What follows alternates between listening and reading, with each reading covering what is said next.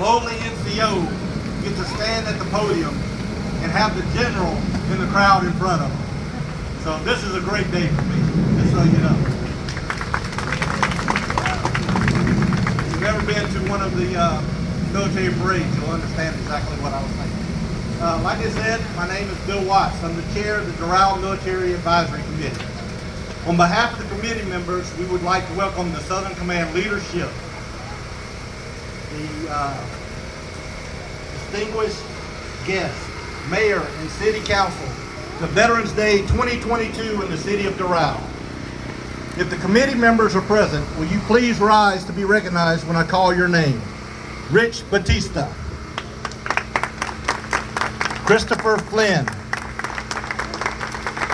Jason Juarez, and Deborah Prather. I would like to point out that 4 of the 5 members of this committee are combat veterans, having served 1 or more tours in hostile areas.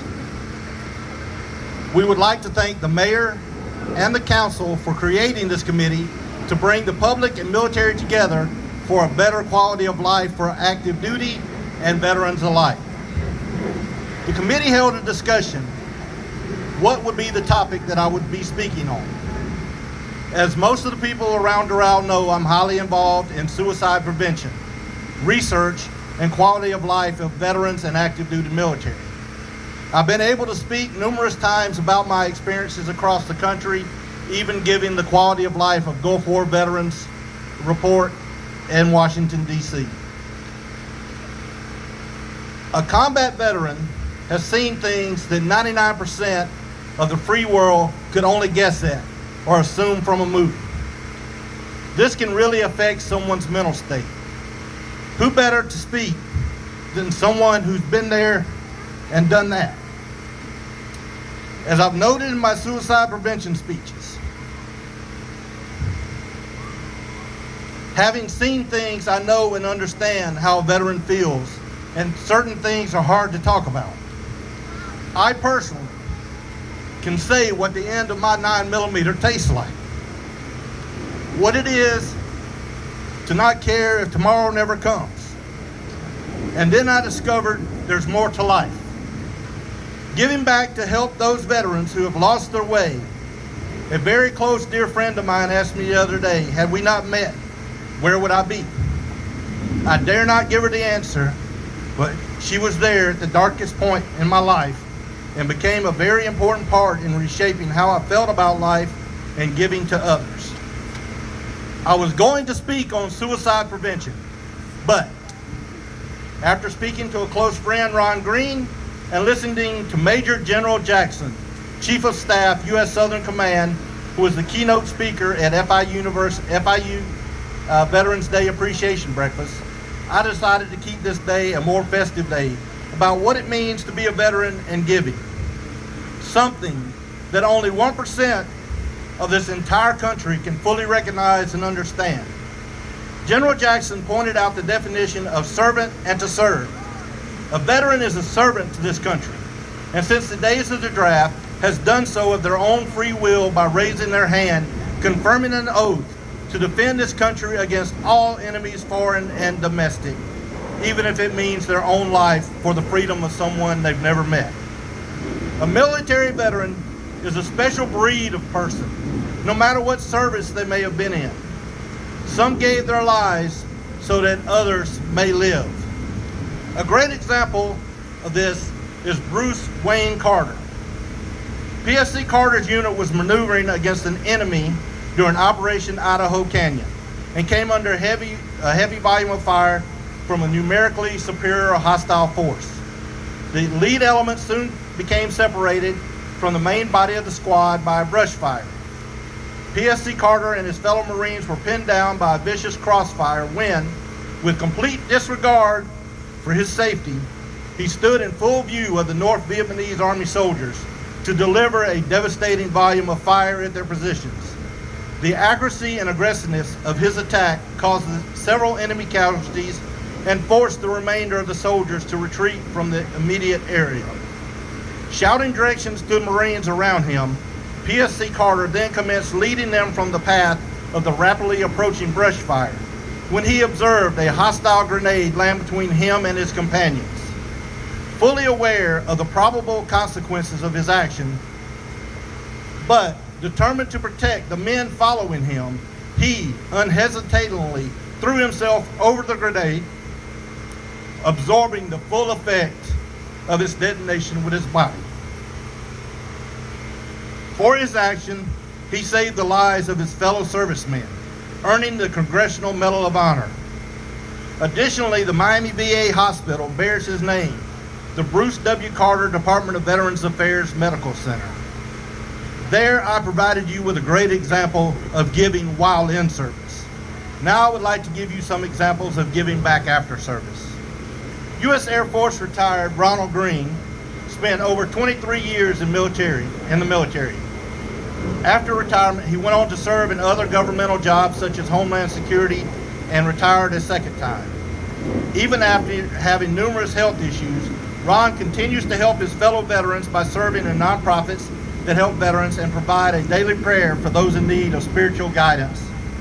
Two of his greatest joys are being part of food drives to help those in the community and keeping alive the memory of the Tuskegee Airmen, being an active member of the Miami chapter. Kerry McNeil, a United States Marine, used his skills to start the dive shop Aquatic Ventures, then created the Dive for Vet Foundations, using diving to help those with physical and mental issues such as PTSD, certifying those veterans who qualify at no cost to them by donating 20% of his profits to Aquatic Ventures. Now, here closer to home, members of the Doral Military Advisory Committee are also great examples of continuing to give back to the country. Jason Juarez continues to serve after retirement from the U.S. Marines as part of the garrison staff at U.S. Southern Command, as well as coach youth basketball here in the city of Doral. Christopher Flynn, after retiring from the Air Force, continues to use his skills by working for Broward County as part of the Geographic Information Services Department, preparing the GIS team for emergency management activations in support of the Emergency Operations Center.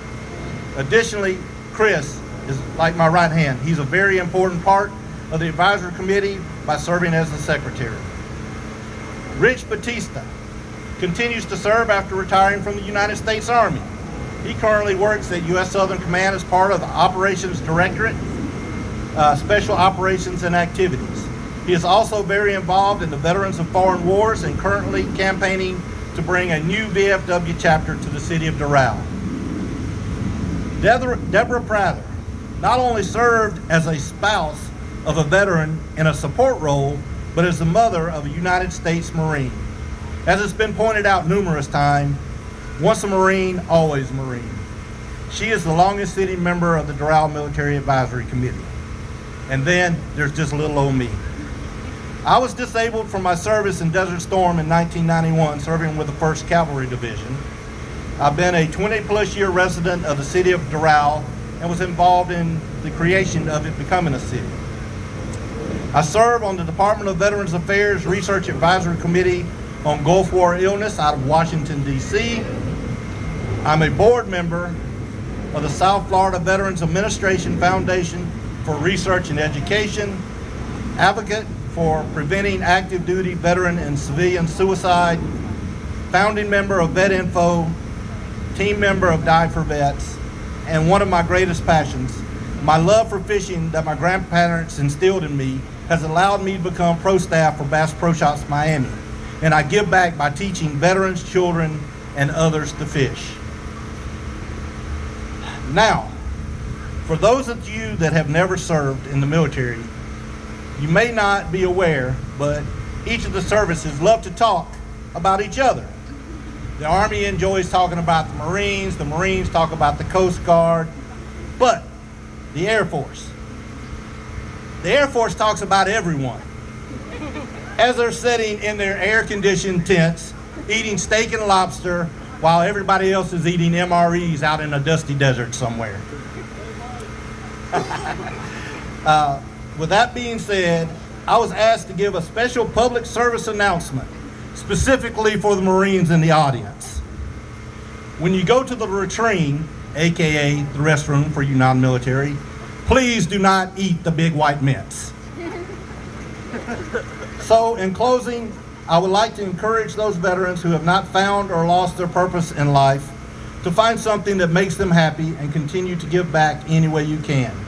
When it's no longer fun, find something else and continue to give back. Find a battle buddy and check daily on each other, if it's only for 5 seconds, just to ask, are you okay? You are all special. You are a DD 214 alumni, something only 1% can claim. No veteran left behind. Thank you. Thank you, Mr. Watts.